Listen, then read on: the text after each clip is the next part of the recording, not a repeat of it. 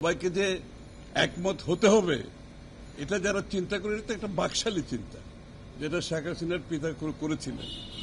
কারণ বিভিন্ন দলের বিভিন্ন দর্শন, চিন্তা ভাবনা থাকবে, ভিন্নমত থাকবে। বিষয়টা হচ্ছে যেখানে ঐক্যমত হয়েছে সেগুলোর বাইরে সংস্কার করার কোনো সুযোগ নাই। এর বাইরে যেটা করতে যাবে সেটা আপনাকে ডেমোক্রেটিক প্রসেসের মাধ্যমে আসতে হবে, নির্বাচনী প্রক্রিয়ার মাধ্যমে আসতে হবে, জনগণের ম্যান্ডেট নিয়ে আসতে হবে। সুতরাং যেগুলো ঐক্যমত হয়েছে এই বিষয়গুলো জাতির সামনে কেন তুলে ধরা হচ্ছে না, এটাই প্রশ্ন।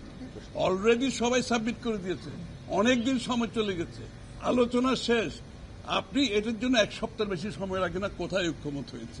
জাতিকে জানান কোথায় ঐক্যমত হয়েছে, জাতি জানুক, এবং ওই ঐক্যমতের ভিত্তিতে আমরা সনদ সই করে দিয়ে নির্বাচনের দিকে এগিয়ে যাই। খুব সহজ ব্যাপার, এর বাইরে যাওয়ার তো কোনো সুযোগ নাই।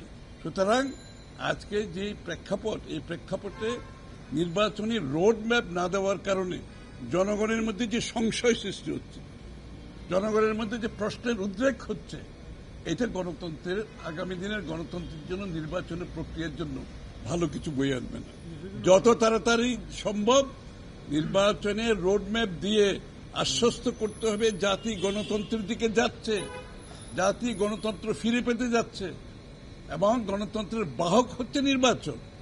তার মাধ্যমে আপনি গণতান্ত্রিক ট্রানজিশনে যে যাবেন এটা জাতিকে জানতে হবে। এটার জন্য দেশের ভিতরে প্রস্তুতি আছে, দেশের বাইরে প্রস্তুতি আছে।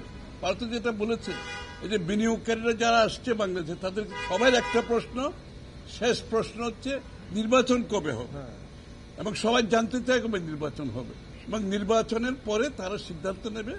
দেশের ভিতরের বিনিয়োগকারী, দেশের বাইরের বিনিয়োগকারী, শুধু বিনিয়োগ তো নয়, যত স্টেক হোল্ডার বাংলাদেশের সাথে কাজ করছে সবাই সিদ্ধান্তের ব্যাপার আছে, সবাই অপেক্ষা করছে নির্বাচনের জন্য।